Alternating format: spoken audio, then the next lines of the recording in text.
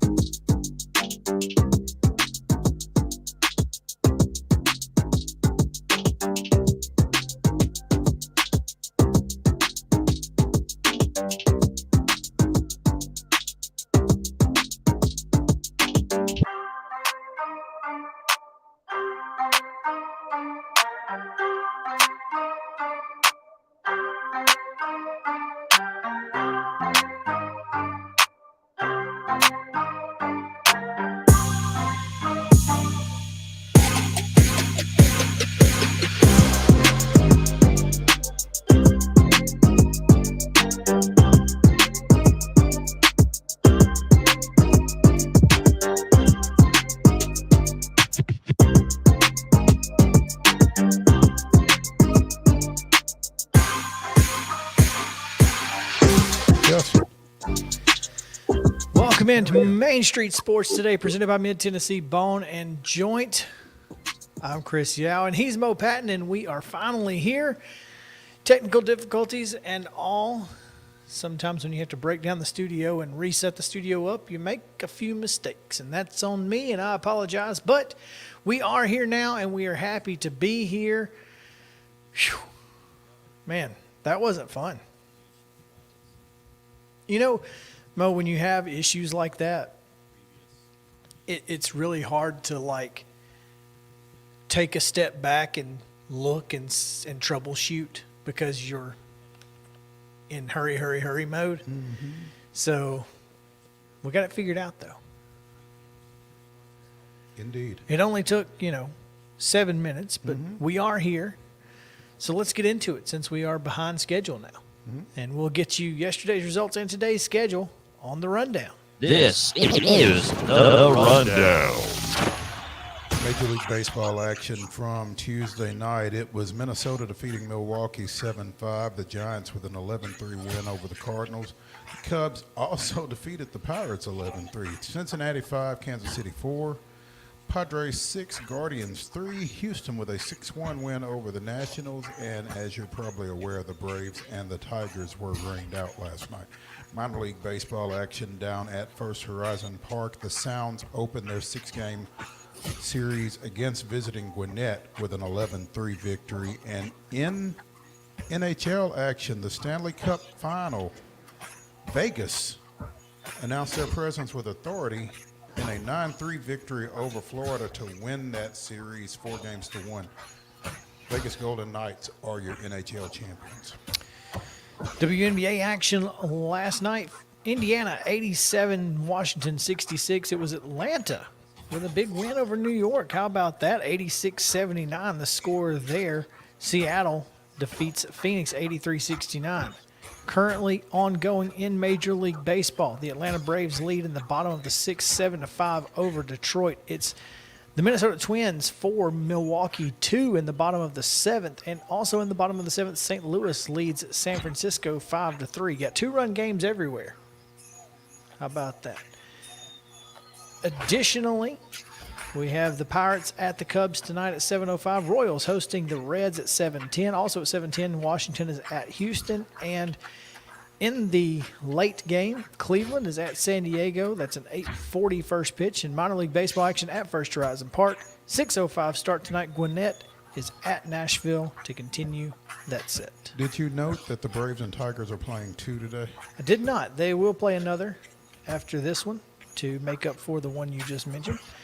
And that is your rundown.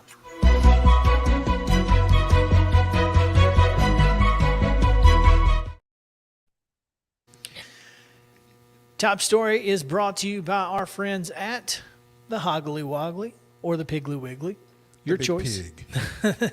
Out at Neely's Mill in Columbia. Make sure to go see the fine folks at Piggly Wiggly at Neely's Mill in Columbia. Of course, they are, as voted by readers of Main Street Murray, the best grocery store in all of Murray County. They've got hand-cut meats every day and a lunch deli that is hard to beat. I'll be honest with you. I was not aware. I wasn't either. I'm excited. Yeah. Because I now have another meat and 3 option. Gonna have to go check that out. So, top story today, Mo, will go to Birmingham. CBS Sports reporting that Major League Baseball and the city of Birmingham will team up to host the San Francisco Giants and the St. Louis Cardinals at Rickwood Field in 2024 as part of the Field of Dreams series. Yeah, I guess. Long time coming. This is huge news. One, because Major League Baseball and Rickwood Field, the city of Birmingham, have not had a great relationship as of late. Now, when you say they've not had a great relationship, have they had a bad relationship, and if so, why? So 2 or 3 years ago, Major League Baseball had planned to do one of their camps and build some fields around in that area, and the city and citizens in and around the area balked pretty hard for whatever reason. I don't know why. And so Major when League that- Baseball just threw up their hands. well, when the deal went sideways, Major League Baseball put out a statement that said the timing is not right and quite frankly may never be. So they were pretty tough on that one. And so I'm a little surprised that Rick Wood is involved in this, but there's no other, I mean, I guess there are other options, but there's no better option for this outside of the actual Field of Dreams site to play than Rick Wood Field, the oldest professional ballpark in America. Yeah, I mean, it feels like a no-brainer, and I would love to know more about the initial issue between the city and MLB. And, you know, kudos to whoever was able to get things repaired to get this event scheduled, because, I mean, it just kind of feels like a no-brainer to me, given Rick Wood's history and its place in the history Baseball. of professional baseball. You know, so I'm glad to see this, and you know, like I said, it's unfortunate to me that it's taken so long. 2019, the academy, the Urban Youth Academy, was set to build $10 million complex at George Ward Park. And that's now in Vero Beach, Florida. Well, So sounds like somebody fumbled the bag. I would think so. I would certainly think so. But you know, this is interesting because obviously Rick Wood Field, again, the oldest professional ballpark in the country, was once home to Willie Mays, which is why the Giants would be in this game. You know, and when you're talking about old school baseball, Giants and Cardinals, kind of hard to beat those two. Yeah, I guess. I mean, I feel like I get the Willie Mays aspect of it. He played at Rick Wood, but it feels like a game that the Braves should be in, just from a regional standpoint. Yeah. I mean, obviously, if you could have the Boston Braves or whatever, and I'll be interested to see if they actually go Major League Baseball throwbacks or if they go Negro League throwbacks. Is it a game or is it a weekend? It's a game, One? I believe. That's a good question. Unfortunate. It could be a weekend. I don't know. It would be hard. I mean, you would think it would be hard to play a game in Birmingham. I guess they would have the day off to travel back to maybe St. Louis. St. Louis, yeah. But still, I think it is a really solid move by everyone involved if this can go down. And if you've not been to the Rickwood Classic, you should absolutely do that. It's kind of hard to get to from up here because, well, it's on a Wednesday usually. And matter of fact, it may be is it April? Typically, I think this past, I think it was this past year, or this year it was in April. Sometimes it's in June. I know the last time I went, it was June and it was hot. But one of the cool parts about Rickwood Field is the media has to sit on the roof. You said one of the cool things about it? Oh yeah, it's cool. It's not. I mean, it's not scary. It's not hard to, It's really neat. Now, it's hot, but it is interesting. So, unique, maybe not cool, but unique. I'm not a heights guy. It's really not that high up. I promise you, it's not. I was up there, I think, as a 16, 17-year-old kid. Bevel State played a game out there against, like, Miles College's JV. Mm-hmm. And I got to go on the roof, and that was really neat. So it's really not that high up. But, again, I was 16, 17 and fearless, so things may be different now. Go. I don't know. Yeah. I was invincible those days. So, but anyway, looking forward to more information coming out about that. That's really all we have is that and this is just a report. This isn't even, it's not been announced by Major League Baseball. It hasn't been announced by Rickwood Field, but could be fun next year. Absolutely. Other top story of note, Peter Laviolette has a new gig. He will now be at the helm of his 5th Metropolitan Division squad. Oh, wow. As he has now taken over for Gerard Gallant of the New York Rangers, who was let go after losing to New Jersey in the playoffs. Two things you can't do in New York. That's tell them pizza's bad and lose to New Jersey. You can't do either of those two things. Yes. And clearly losing to New Jersey was the straw that broke the camel's back for Gallant, who led the team to the Eastern Conference Finals just this season before the one that ended last night. It's kind of hard to say last season now. 21-22 season. Yeah, you gotta specify now because last season is now yesterday and prior. Yeah. So, but hey, great for Peter. I think he's a fantastic coach, and he's gonna be just fine. And the Rangers got a good one. Glad to see him back at the top, on somebody's bench. So, yeah. Well, no doubt. How did the Braves score run number 8? No. MH2. Another one. Yeah. Oh, okay. 3 for 3 today with three RBIs. A double and a homer.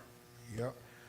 But Jesse Chavez took a shot to the lower left leg and had to be helped off the field. He was the first guy out of the bullpen after Spencer Strider's less than stellar effort that got him through 5. So Kirby Yates, 1 inning pitch, 2 strikeouts. Yeah, he came in. No hits, no earned behind. runs, no walks. We'll take it. Today especially. Any day is we'll take that from Yates. But, especially today, given the doubleheader, and you don't know how many innings you're going to have to cover. You've got A.J. Smith-Shawver, and we've got Braves coming up later in the show. But you've got A.J. Smith-Shawver starting the second game. No, Dylan Dodd is starting the second game. Smith-Shawver will start tomorrow. That is per Brian Snicker's report on Braves Radio Network just before the game. So, Dodd was set to go today for Gwinnett, by the way. So I don't know who Gwinnett's going to throw tonight, but it won't be Dylan Dodd because he's the 26th man. I guess. Is that how many it is on doubleheader day? I believe they so. Get the 26th. So, yeah. So Dylan's going to throw game 2. And that's worse than Shawver, by the way. Either way, you don't know how many innings this bullpen is going to have to cover today. Probably more with Dodd than Shawver. That's the problem. So, it's always good when you can get Kirby Yates. Maybe he can get you an extra one. I don't know. We'll see. But nonetheless, we will talk Braves. Hopefully the game will be over by the time we get to Braves Chatter, and we can dissect it then. But now we take our first break of the day. We come back with Heather Williams, and she will join us talking about NASCAR. Might be a boring segment as far as NASCAR goes. We'll have to find the excitement somewhere else because there's no race this weekend. So. Yeah, but there's a big race in 2 following weeks. Weekend. Yeah, no question. So Heather will join us right after this on Main Street Sports Today, presented by Mid-Tennessee Bone and Joint. Stick around.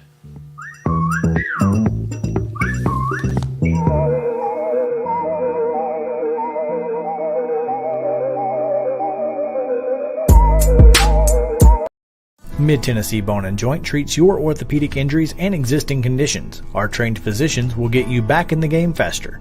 Contact us at 931-381-2663 or www.mtbj.net.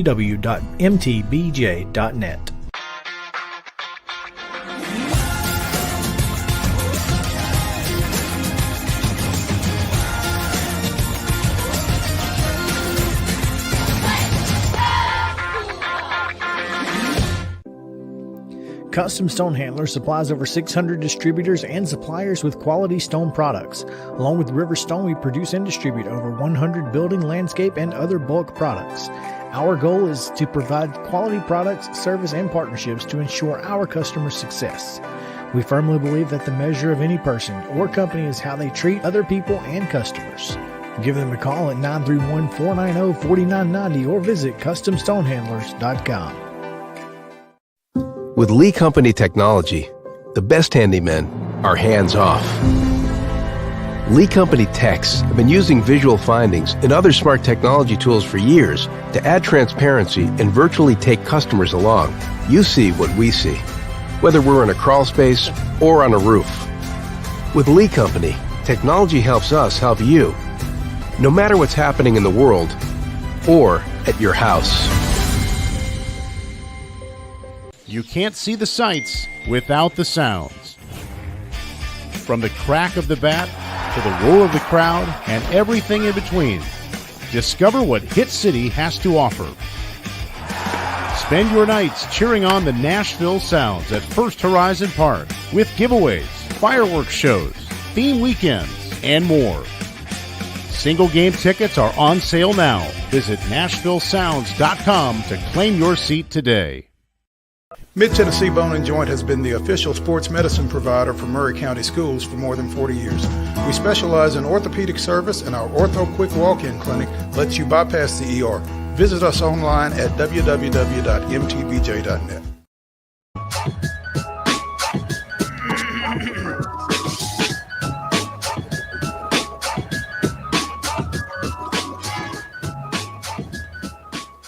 Welcome back in Main Street Sports Today, presented by Mid-Tennessee Bone and Joint in the Lee Company studio. We are glad to be with you guys on this Wednesday. We have Chip Walters coming up, as it's not Tuesday, but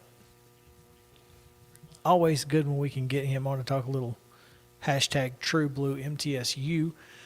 But first, it is Wednesday, which means we are talking with Heather Williams, talking a little NASCAR. We go to Heather now. How are you? Doing well, gentlemen. How are you guys doing? If you had asked us that 20 minutes ago, we'd have had a different answer than we do right now. But we are doing well. Thank you. Appreciate you taking some time with us this Wednesday. Off week this week, so you kind of get to catch your breath, I guess, huh? Yeah, a little bit. Only off week of the year, by the way. I mean, can you imagine having a job where you go from February to November and you have one off week?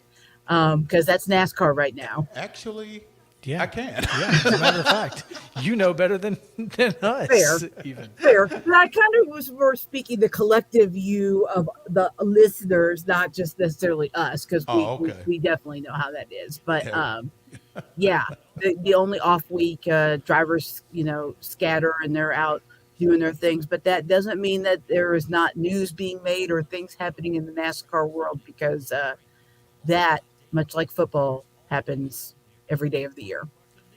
Never rests. No. Yeah. Truex with a big win out at Sonoma this past weekend. Expected, unexpected? Expected. I mean, I talked about last week in our show and some other places about how he's sneaky good at Sonoma, and he was a guy that I wouldn't have.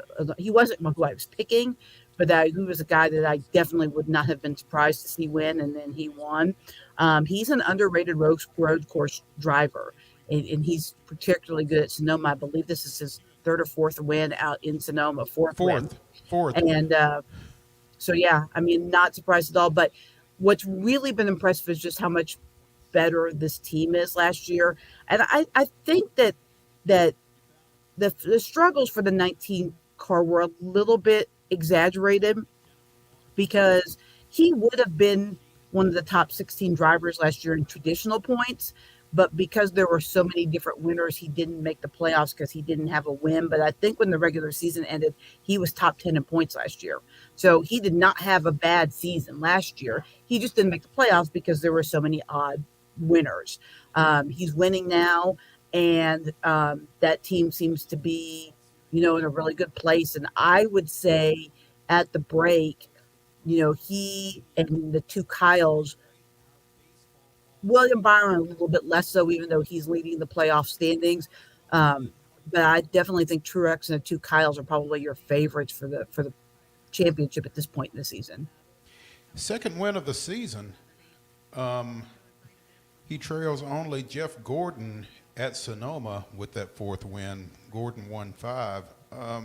And like you said, did not win a race last year. So a little bit of a bounce back season already here for Truex. Yeah, and he won the non-points paying race at the beginning of the year out of the Coliseum. So he's won 3 times, even though just 2 points races. So yeah, the 19 car, it's funny because it's like from week to week, who's the top Toyota? Well, right now it's definitely Truex. But I think, with only 6 drivers and the camp being so deep and so strong, I mean, that could change in 2 weeks. Denny Hamlin could get hot, win the next 3 races. All of a sudden, he's the top Toyota guy. So, but right now, it definitely looks like Truex is the man to beat. Now they're off this week, Heather. Is this the halfway point of the season, or how many races have there been? How many are there to go? I guess I don't. So it's technically not the halfway point, but everybody just kind of treats it as the halfway point. Kind of like All-Star game. Yeah, kind of like the All-Star break. Yeah. This is when NBC, when they come back, will take over the broadcast for the rest of the year. So, I mean, we just call it the halfway point. No, even though, and that's fine. I didn't know. Yeah. Among many things about this sport.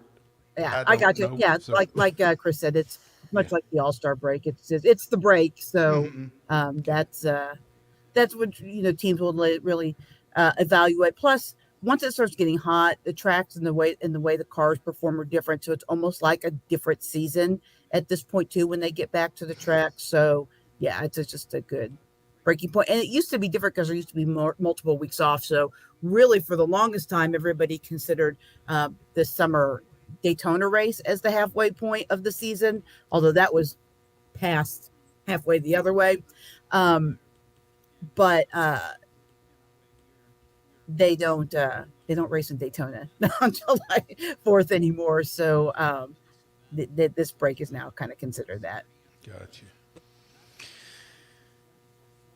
Obviously, road courses are unique in of itself, but going back to no stages really was an attempt to make this a more entertaining and give it some drama, but not much drama in the last few laps. Obviously, Truex pretty well dominated especially after that caution that sent Hamlin into the wall. Were you surprised that Chase Elliott was not able to hold off Martin Truex late, or was it just simply because he had fresher tires and had a better car? All of the above.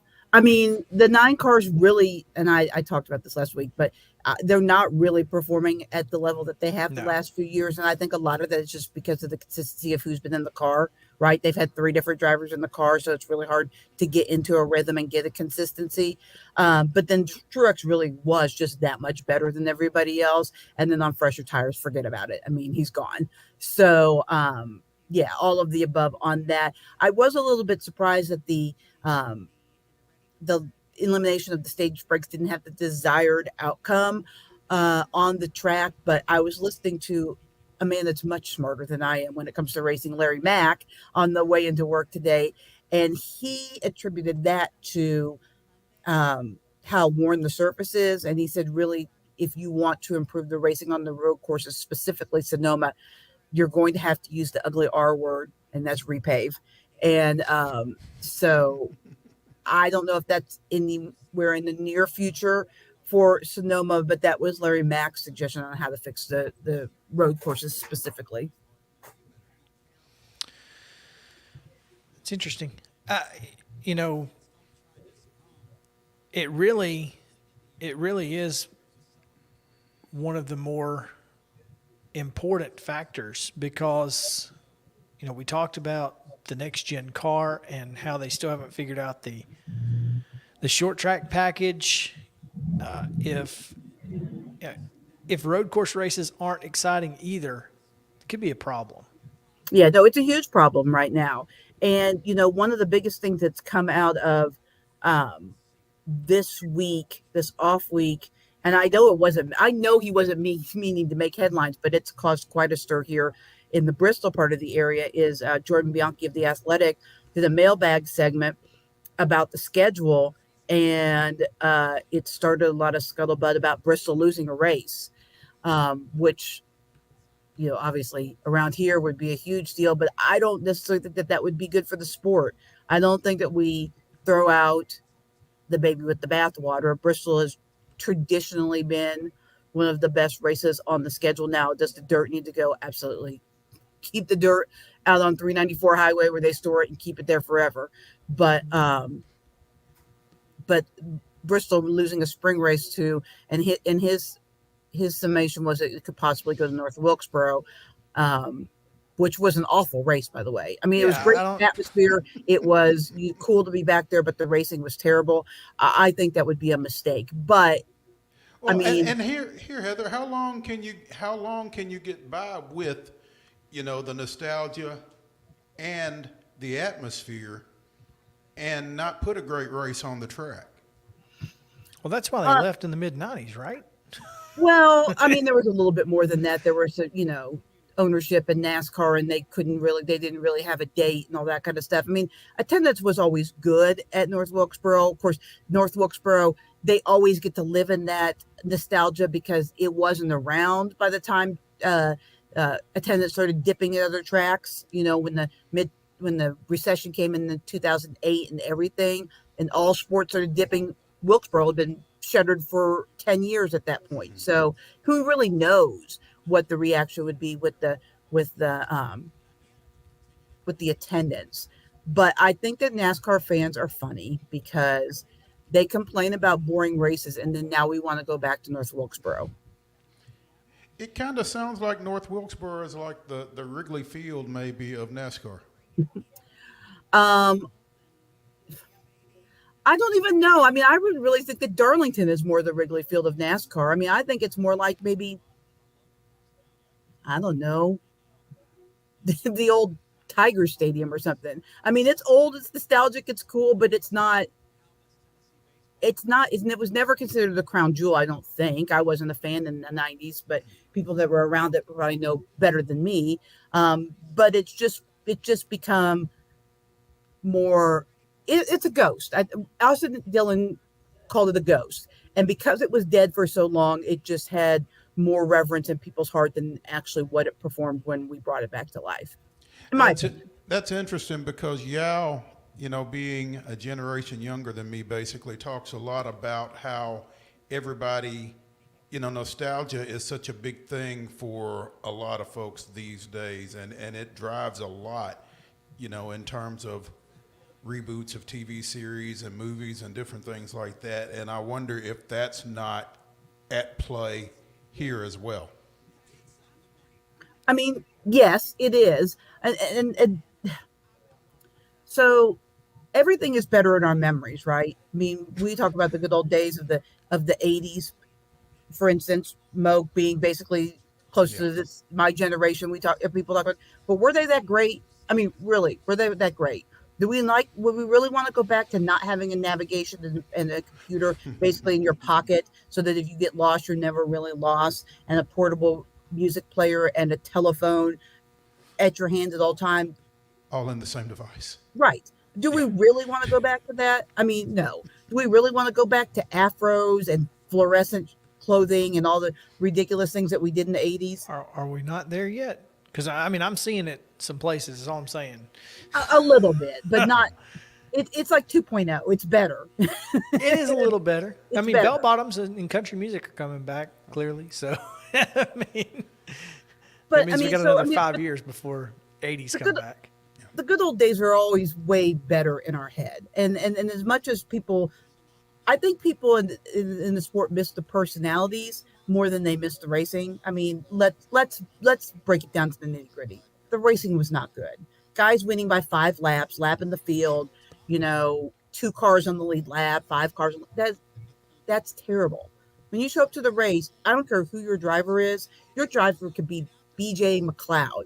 And if the stars align correctly, BJ McLeod could end up in the top 5 on any track now, not just the super speedways, on a road course, on whatever, a short course, maybe not like Kansas, but a lot of places he could end up in the top 5 if the stars align. That wasn't the case for, say, Lake Speed back in the 90s. It just wasn't. So the racing is way, way better. Heather Williams with WCYB out of Bristol joining us here on Main Street Sports Today, presented by Mid-Tennessee Bone and Joint, as she typically does on Wednesdays, talking a little NASCAR. Heather, with his win at Sonoma, Martin Truex tops the point standings heading into the off week. Byron second, Blaney and Chastain tied for third, Kevin Harvick fifth. Anything jump out at you as you look at those point standings, particularly at the top? Well, I don't think that anyone would have had those 5 at the top, and those are the traditional point standings. Of course, they get reshuffled when the playoffs start for playoff points or bonus points. So I think in that category, Byron and Truex are actually flipped, and I think Chastain's a little bit further down because he doesn't have a win. But Chastain's really the only one of those 4 names that you mentioned going into the season that people would have had in the top 5. So there's been a lot of unpredictability. I think I'm going to be watching closest of that group, William Byron, because the rest of those guys have been there before. And Byron is a guy who traditionally has an outstanding first half of the season and then falls off in the second half of the season and then can't get out of his own way in the playoffs and usually doesn't make it out of the first or second round. So I'll be interested to see, if especially since the 48 and the 9 have had their issues, although Bowman is hanging on to that 16th playoff spot despite missing a number of races with a broken back. He is still hanging on to that at this point. But those 2 teams have had their issues. I'll be interested to see if the 24 can pick up that kind of mantle along with the 5 for Hendrick Motorsports and sustain that success throughout the summer and into the playoffs. I think that's going to be something to really keep your eye on in the second half of the season when it comes to William Byron. So what are we doing this week? Just hanging out, resting, getting ready to come to Music City? Are some teams coming here yet? I think there might be some people that show up early just because they like hanging out in Nashville. I think a lot of the guys went and found the beach this weekend, just based on what I've seen on Twitter and Instagram. I think Good call. I did an interview today. Yeah, some golf. I did an interview today with Austin Dillon. He was getting ready to hit the pool with his, I think he's 2.5 or 3-year-old son, Ace. So, I mean, a lot of poolside, beachside events going on with NASCAR drivers. I know Bubba tweeted he was on the beach. Todd Gilliland was playing golf on the beach. So that's what's going on for most drivers this week.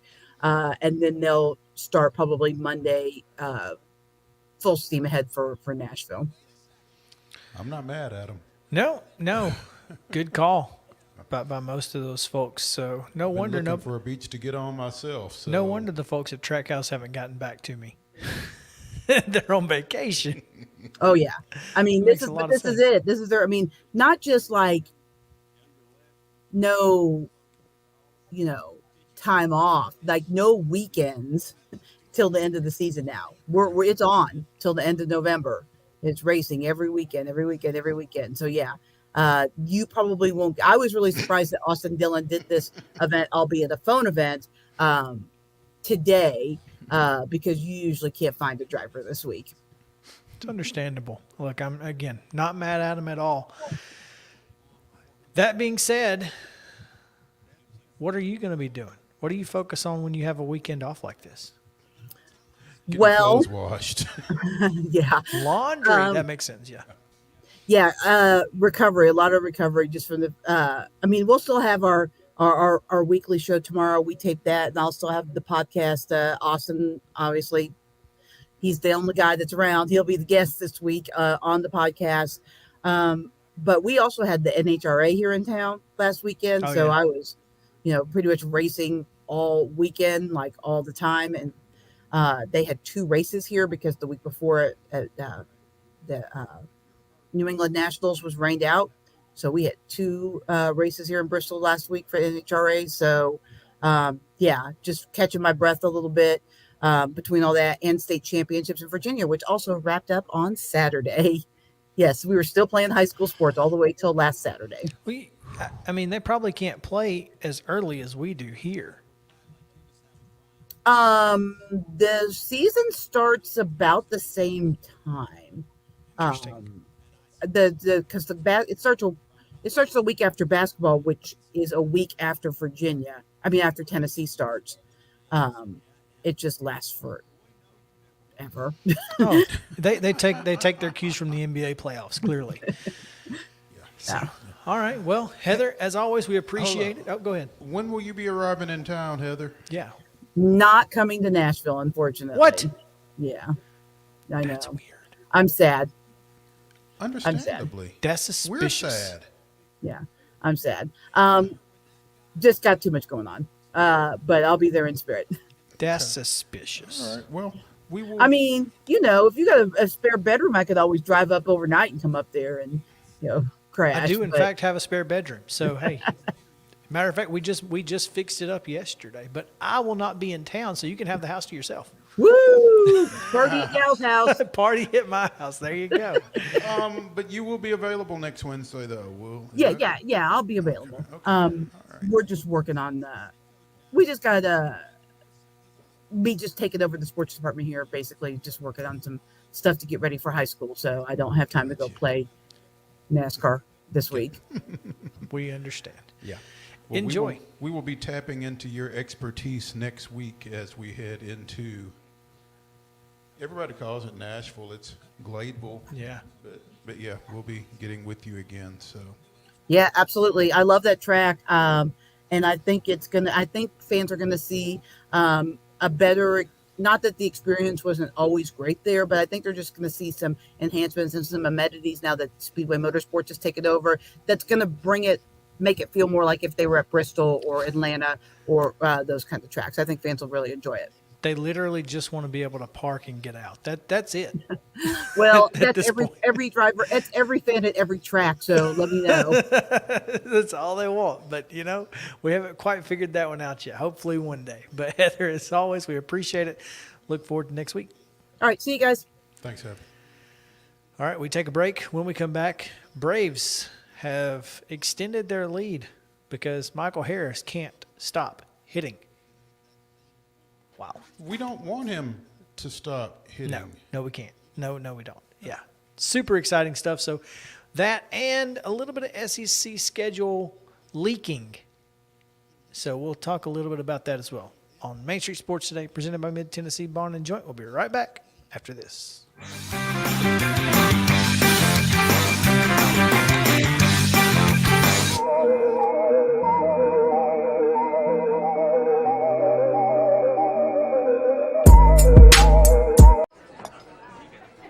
You've been putting back a few, and a few becomes a few too many. For a moment, you think about calling for a ride. Nah, you live nearby. What's the worst that can happen? You get pulled over, your insurance goes up, you lose your license, you total your car, you kill someone. Tired of hanging lights every year? We get it. That's why Southern Nights is here to help. We install programmable lighting on your home or business so you can enjoy beautiful, customizable lighting all year round. No more ladders, tangled lights, or cold nights outside. We do the work, you do the celebrating. Call Southern Nights today and take the hassle out of holiday lighting forever. For a free quote, give us a call at 931-241-3074 or visit our Facebook page at Southern Nights. Vroom, vroom, time for the WACKY Roofing 200, and it is going to be June 23rd out at the Nashville Super Speedway. And we partnered up all of us here at Main Street Media TV, and we have joined with Rackley Roofing to send you. Yep, what you got to do to win? All you got to do is go to your favorite Main Street Media website, look for the Enter to Win banner, click there, and you're in. Like Flynn. Isn't that cool? Main Street Media TV and Rackley Roofing sending you to the races.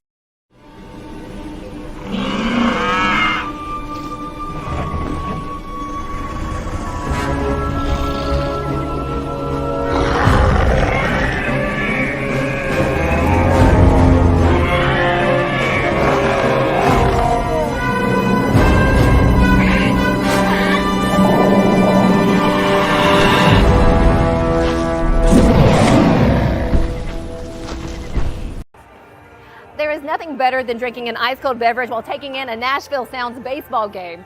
Hi, I'm Stephanie Miller with Mornings on Main Street. The Nashville Sounds and Main Street Media Television have teamed up to promote Sunday Family Fun Day here at First Horizon Park each Sunday home game. Just go to your favorite Main Street Media website and click on Sounds Main Street Media Day banner to register to win free tickets. And then we'll see you here at the ballpark.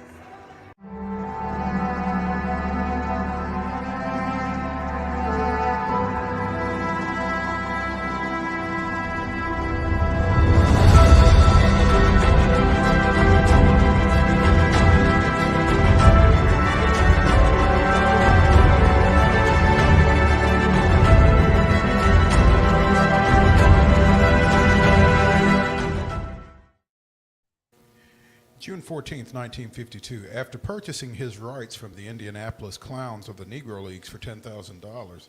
It's a lot of money in 52, by the way. The Milwaukee Braves signed 18-year-old Hank Aaron and assigned him to Eau Claire, Wisconsin of the Class C Northern League, not far from where one Jody K. Smith was born, by the way. Eau Claire. Yep. The young second baseman batted .336 with 9 home runs in 87 games and was named the league's Rookie of the Year. That was this day in Braves history. How about that? 87 games, 9 homers. That's about right. Yeah. I mean, that should have alerted somebody that, hey, kind of got something here. And .336. 336 is not surprising. Well, I mean, it kind of goes back to that stat that I saw it again on Twitter here about 10 days or so ago that I think blows every baseball fan's mind when they hear it. You take away all 755 of Hank Aaron's home runs and he'd still have more than 3,000 career hits. It's a good one. That's pretty amazing. So, does Marcell Ozuna need to have a conversation with some other folks? He needs to have a conversation with a certain first baseman, apparently.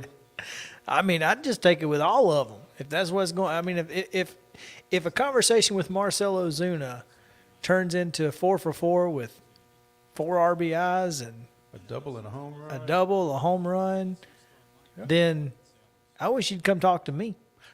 A little motivation. Yeah.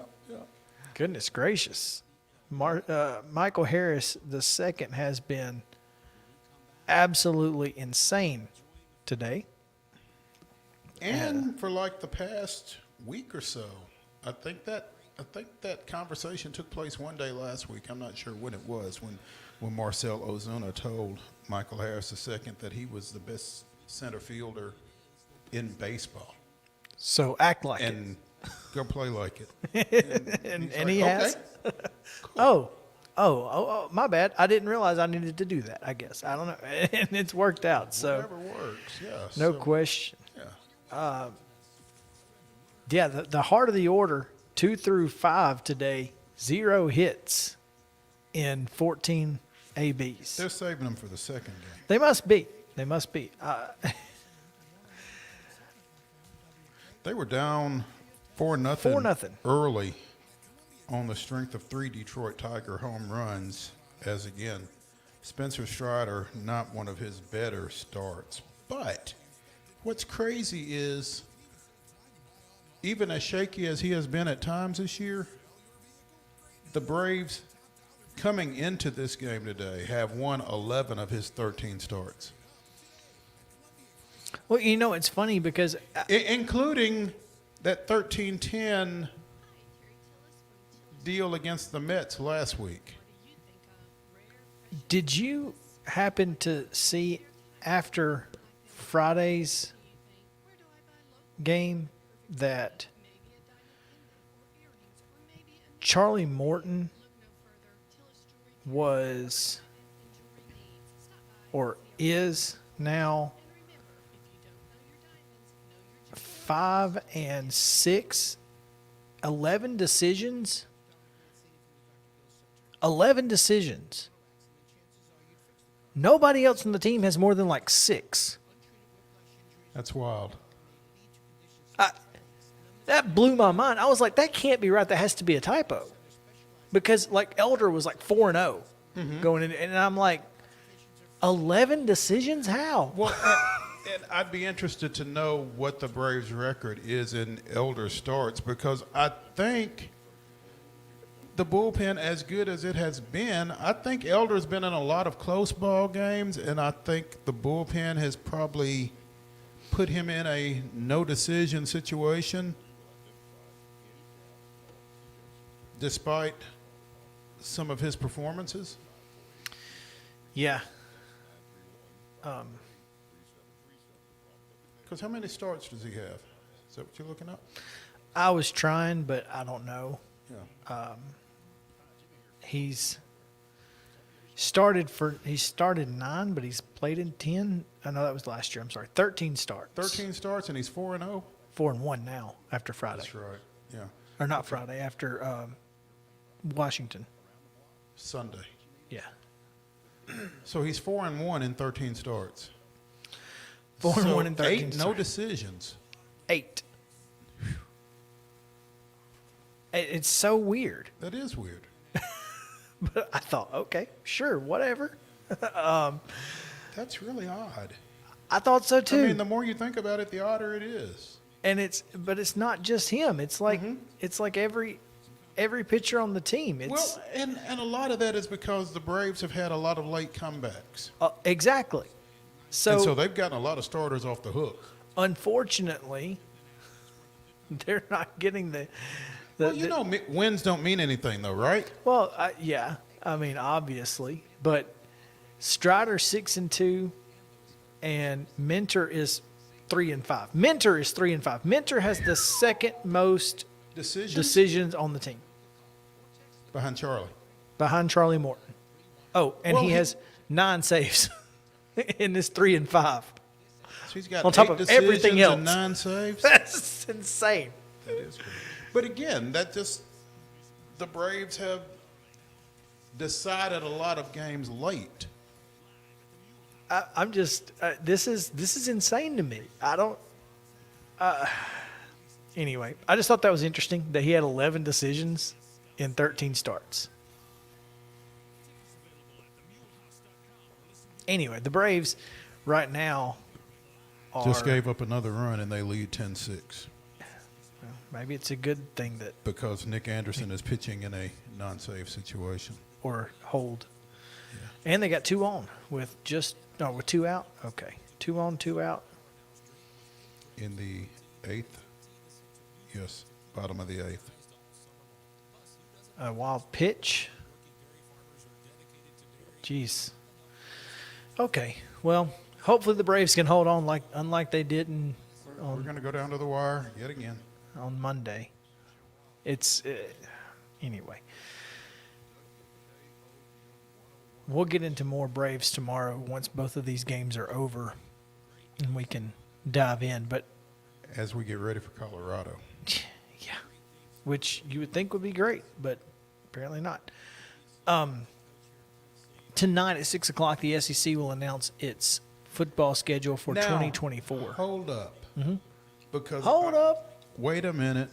Are they announcing the schedule, or are they announcing opponents? Well, that's a good question. I don't know the answer to that. Because I saw something on Twitter, scrolling through Twitter as we are wont to do, yesterday, and it seems as though they're just announcing who you're playing. doesn't seem they're necessarily announcing when. It is my understanding per Peter Burns that they are announcing home and away. But they're still not announcing dates. But dates may be, dates may not be completely decided. Although I don't know why you wouldn't be able to decide them.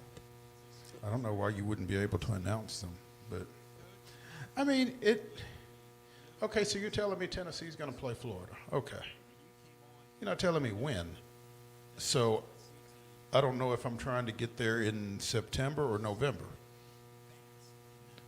Yeah, and I think that particular game would be interesting to know. Is it September or November? Because or for a lot of reasons. Mainly, they've not played but twice after September that I can ever remember. And one of those was in One of those was in 2001. The last one was in COVID. Mm-hmm. And I think Tennessee won both of them. They won in 2001, I believe. Did they win in 2020? I don't remember. Yeah. But still, I mean. But I mean, if you're making this big event of the announcement, it would seem you would announce all the information. But that's a good question. If you can tease folks, why not? What? Now, one thing I did hear was that every team would play either Texas or Oklahoma in 2024. Well,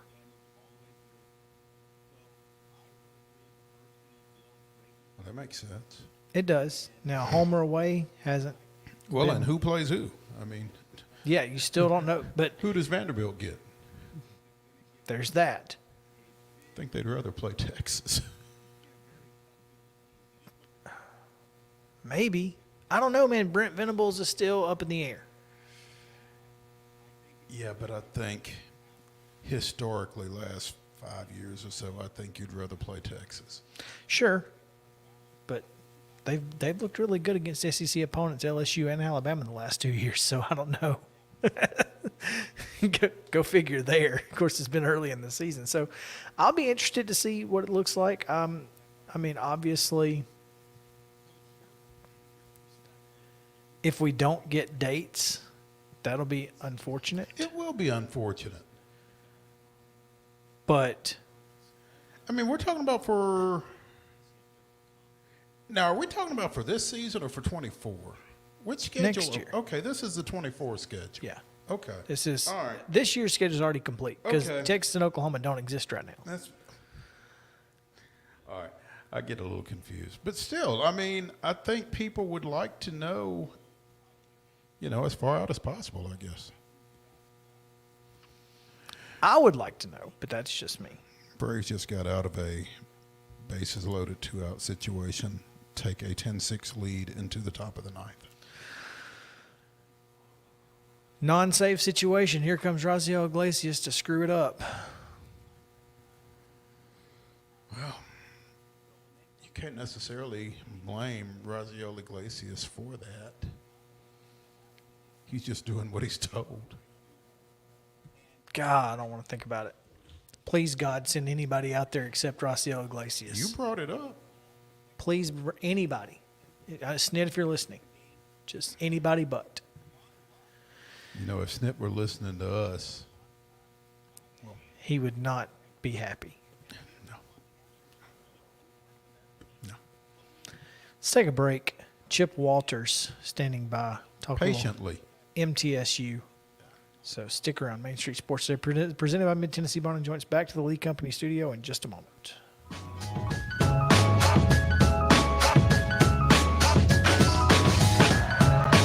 Mid-Tennessee Bone and Joint treats your orthopedic injuries and existing conditions. Our trained physicians will get you back in the game faster. Contact us at 931-381-2663 or www.mtbj.net. With Lee Company technology, the best handymen are hands off. Lee Company techs have been using visual findings and other smart technology tools for years to add transparency and virtually take customers along. You see what we see, whether we're in a crawl space or on a roof. With Lee Company, technology helps us help you, no matter what's happening in the world or at your house.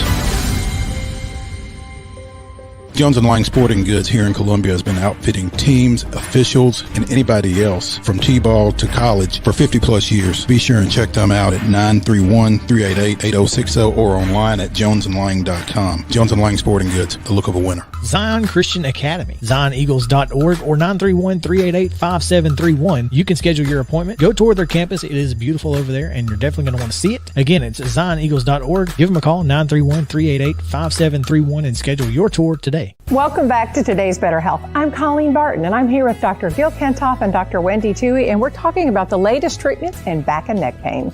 Many people, Colleen, come to see us with neck and back pain, and they develop tingling and numbness down the arm or lower back pain that develops into sciatica shooting down their leg. And for these patients, we have an advanced treatment technology, non-surgical decompression therapy that we really introduced to this area. It separates the vertebrae and creates a suction to allow fluids and nutrients back in to heal the disc naturally, relieving pressure on the nerve and on the joint. It's an amazing treatment. We've been helping patients like this for the last 30 years, helping them get back to work, get back to their family, get back to the life they want to live. I mean, it really is amazing. Technology helping us to live pain-free and better lives. Right. And I bet you have a special offer. The first 25 callers will receive an examination, x-rays, review of our findings, and their first treatment, all for $39. Call 615-551-3897 today to receive this special offer. A game without a crowd is just a scrimmage. A performance without an audience is just a rehearsal. Without your presence, high school sports and the performing arts aren't possible. Ensure that these essential extracurricular activities continue to enrich the lives of students in Tennessee. Purchase a ticket to your local high school's game or performance. This message presented by the TSSAA. You can't see the sights without the sounds. From the crack of the bat to the roar of the crowd and everything in between, discover what Hit City has to offer. Spend your nights cheering on the Nashville Sounds at First Horizon Park with giveaways, fireworks shows, theme weekends, and more. Single game tickets are on sale now. Visit NashvilleSounds.com to claim your seat today. Mid-Tennessee Bone and Joint has been the official sports medicine provider for Murray County Schools for more than 40 years. We specialize in orthopedic service, and our Ortho Quick Walk-In Clinic lets you bypass the ER. Visit us online at www.mtbj.net.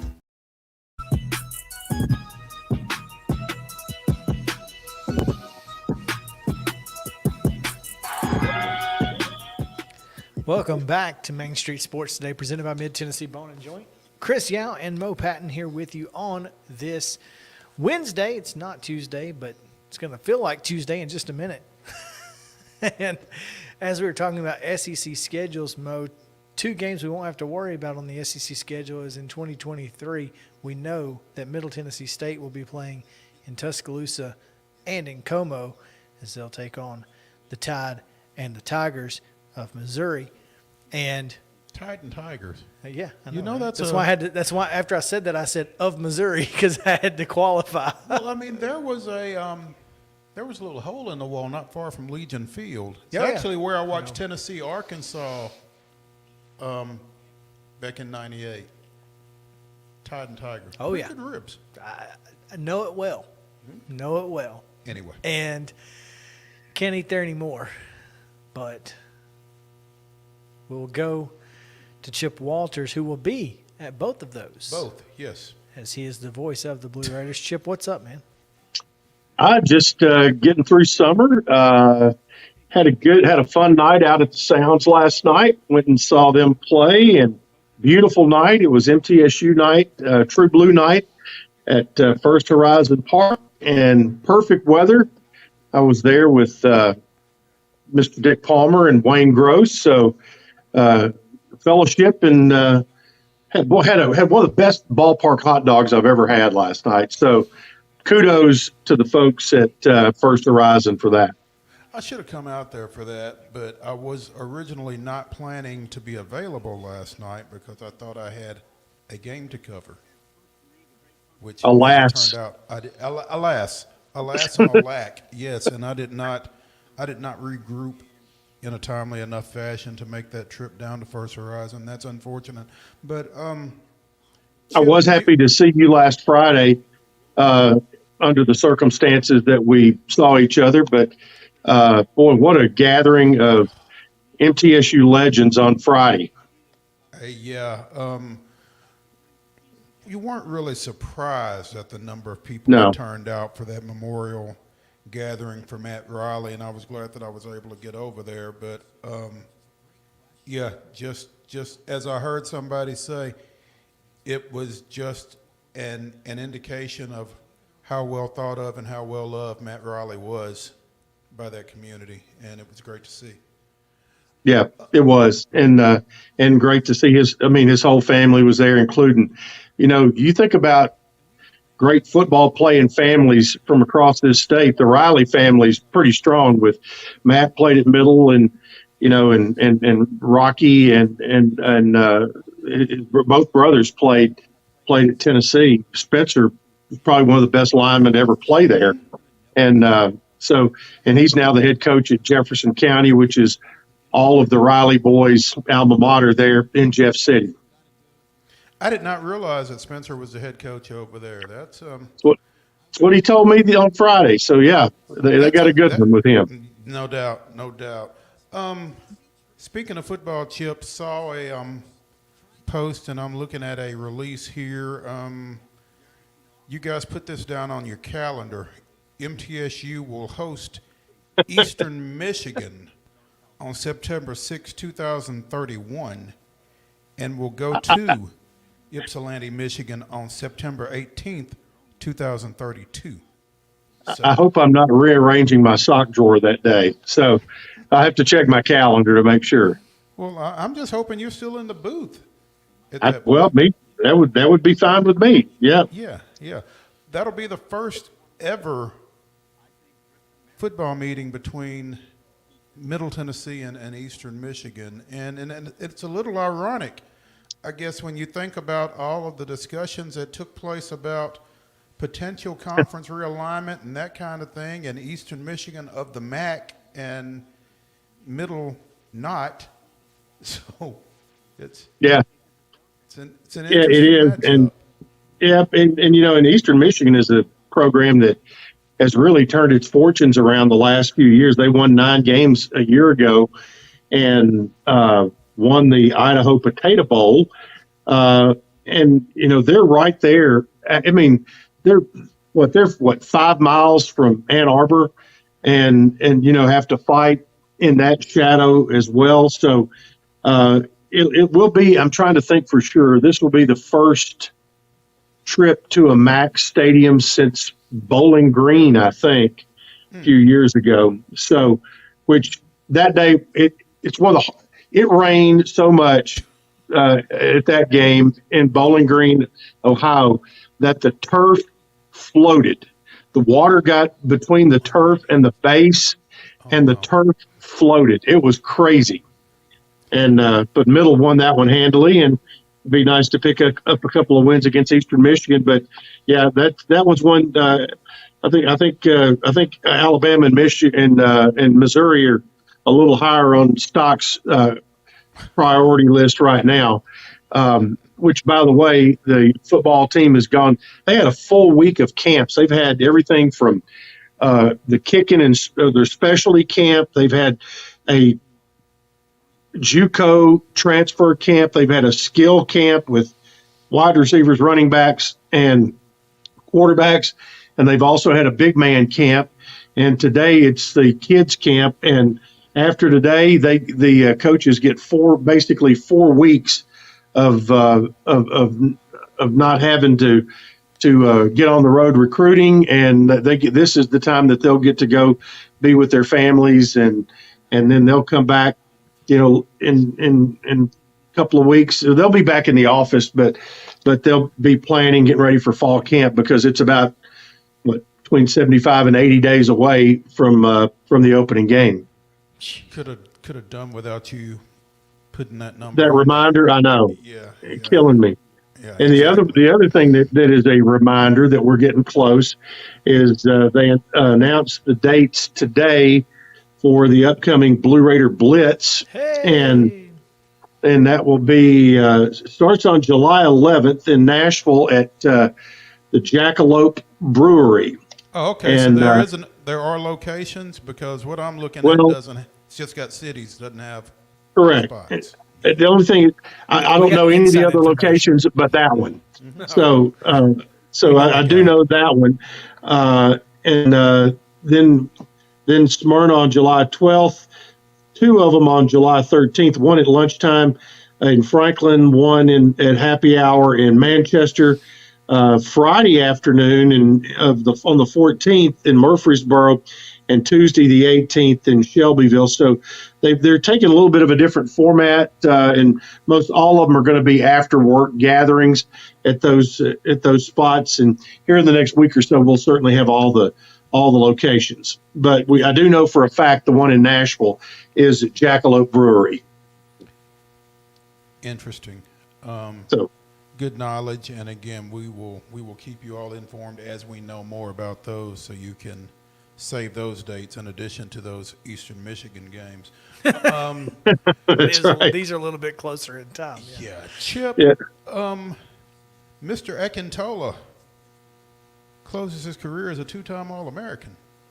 Pretty strong. I mean, you look at what he did. He ended up finishing 13th and 16th, I think, in the 2 events. He was in 13th in the 100-meter with a time of 10.07 for 100 meters. That's still getting down the road pretty quick. And 20.46 in the 200-meter. So he is, he's going to be competing in the World Championships for his home country of Nigeria in the relays coming up. So, he's had a great career.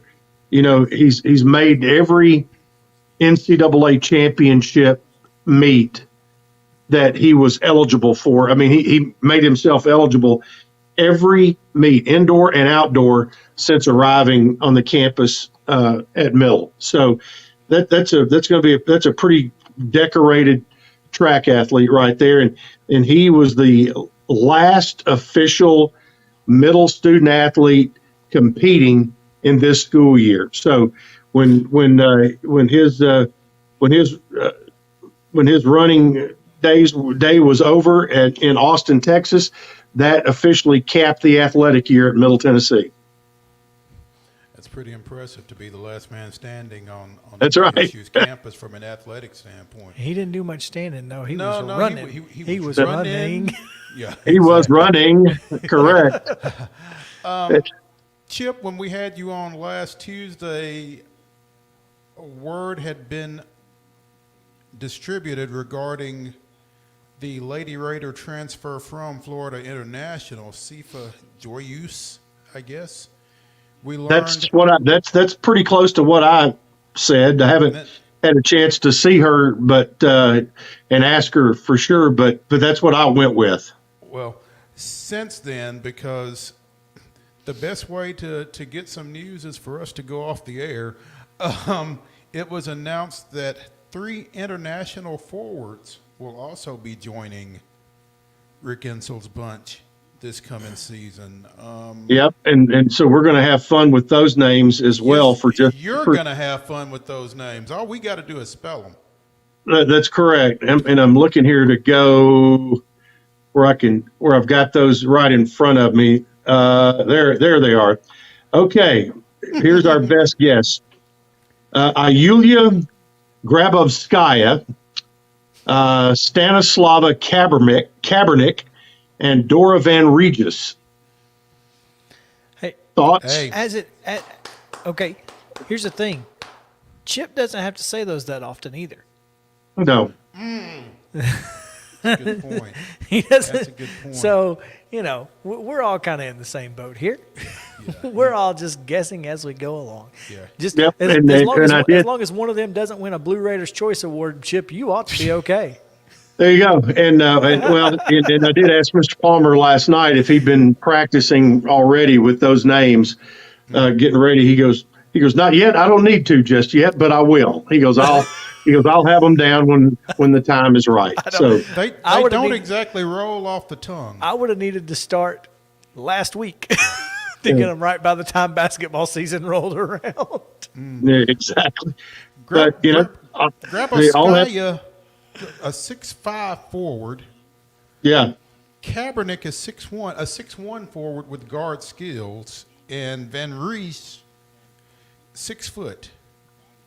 Played for the Hungarian national team. So I mean, when's the last time middle women's basketball signed 3 that were 6 foot plus in one signing class? That's gonna. I think over the last 5 to 7, 8 years, it's been okay. When can we get some size? Well, you had some this past year, but now you add to that, you lose a 6 footer to the WNBA draft, but you gain 3 more plus the young lady from FIU. I think she's about 5'10", so 5'11", and so she, you're going to automatically become one of the biggest teams in the league. And from talking to Coach Ensel the other day, that this group is very skilled. So, and so that's a good combination to have, size and skill. Yeah, they're going to look really good in the airport and on the court. Yeah, there you go. Exactly. So that'll be an interesting one to watch. I stopped in yesterday, or actually I stopped in earlier today and just ran through and boys team camp is going on, and so with that, I think and I asked Coach Eric Wilson because I've been seeing some pictures of some early morning workouts, and everybody is in town. All of the men's team is back in town for summer workouts, which that's a good thing. Letting Brandon Buskey, the strength coach, get his hands on them, and I mean they've been doing stuff that I wouldn't want to be doing, and B, at an hour I would not want to be doing it.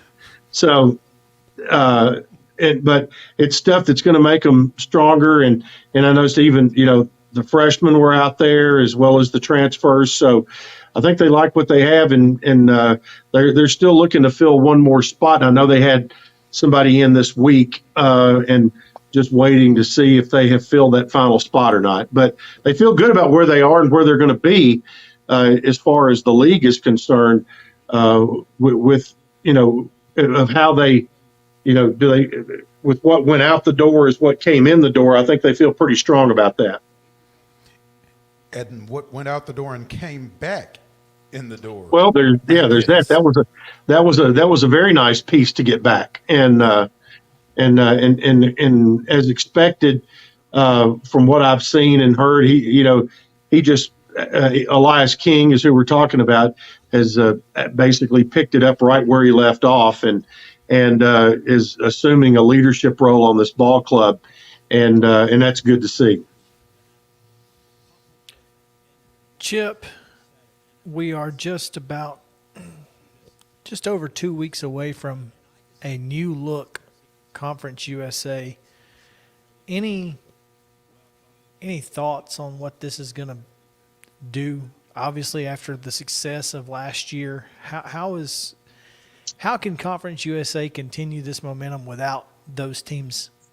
Obviously being part of it. I mean, the thing is, just a couple of quick thoughts, and I'm thinking about the teams that are coming in. Liberty has been good in everything in the last few years, so you don't lose any ground whatsoever with them. You've got a Sam Houston team that that won, I think, and I don't quote me on this, but I think they won close to 40 games in baseball, but they won 24 in men's basketball this year. So that's a nice pickup. Jacksonville State is always really, really good in football. Don't say that. And they have been. And my boy Greg Seitz down there does a good job running that program and that department. And then New Mexico State is the real wild card because they're basically starting their basketball back from scratch. Football has had its ups and downs as well as the other sports. They've always been pretty good in baseball out there too. So, I think you're gonna lose FAU. It's going to be interesting to see how they follow up. They caught magic in a bottle this year, and were able to maximize it. And so it'll be interesting to see how they bounce back. And they also lose nobody, and they keep their coach, so I think they're going to be pretty good. Yeah, they ought to be good.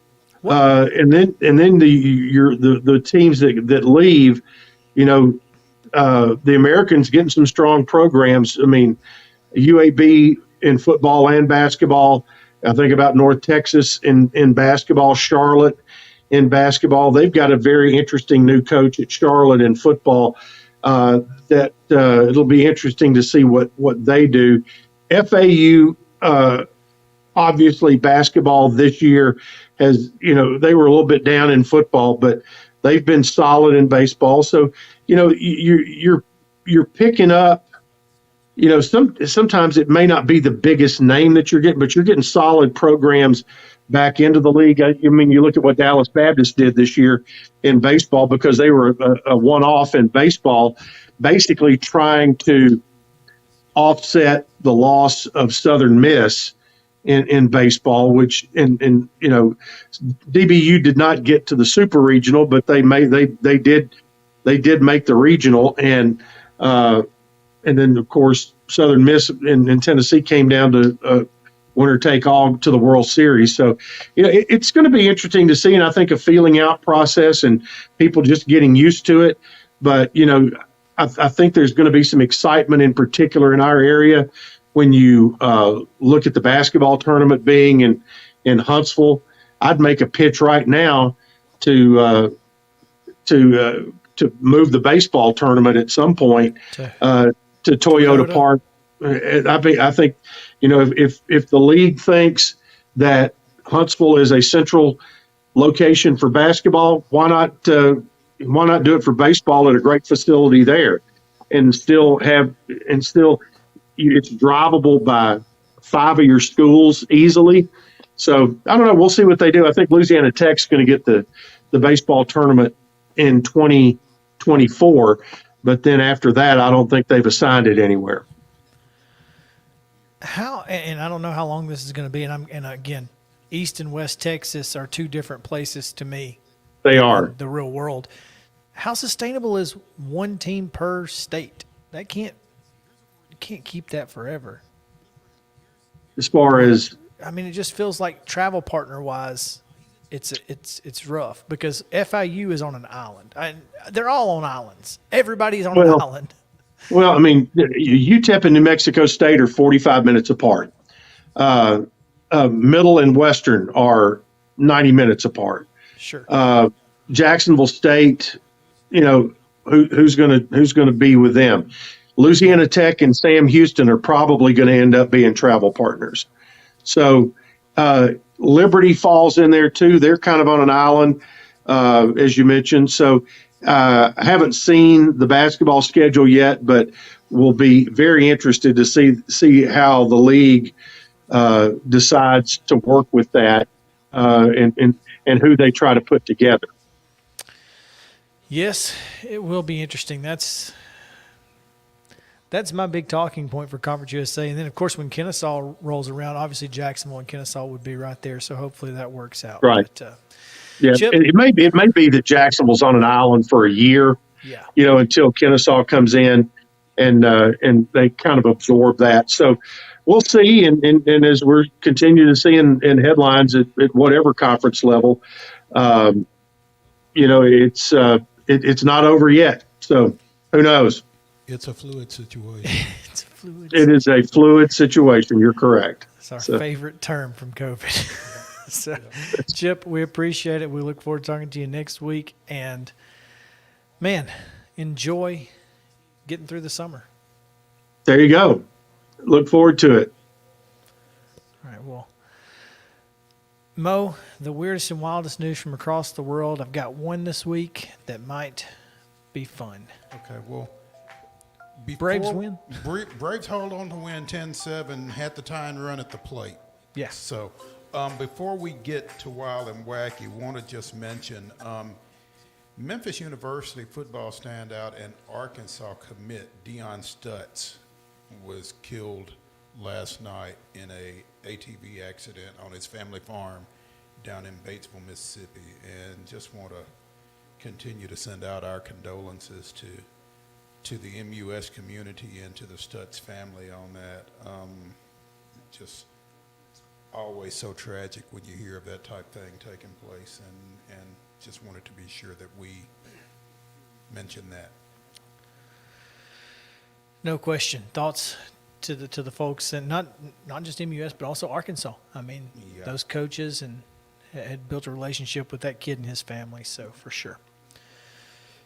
The weirdest and wildest news from across the world. Literally, we go to Poland, where, Mo, I'm sorry, but you can no longer go to hell on bus 666. It's not allowed anymore. What about bus 666? That's what I'm saying. On bus 666, you can't go to hell anymore. I didn't hear the third six. No, yep. Okay. The bus to the town of Hell on Poland's Baltic coast has long been popular with tourists, but some Christian conservatives have protested the number signifying the devil on the bus to a place that sounds like the word hell in English. The local operator announced this week that 666 will no longer go to hell. It has flipped the last number and will now be 669. Nice. So, yeah. Unfortunately, the local joke began in 2006 and has run since then, and it's phenomenal. I mean, well done. That's all I'm saying. Well done. That's perfectly good sense. Oh man, I hate that it's over. But if you want to go to hell on bus 666, you got to do it in the next week. Hustle over to Poland. Poland. That's not Portland. That's Poland. right. Yeah. All right, we're going to get out of here on this Wild and Wacky Wednesday. We will see you guys tomorrow at 2 o'clock. We've got Ryan McGee and Anthony Law who will join us. So should be fun. We'll see you guys then on Main Street Sports Today.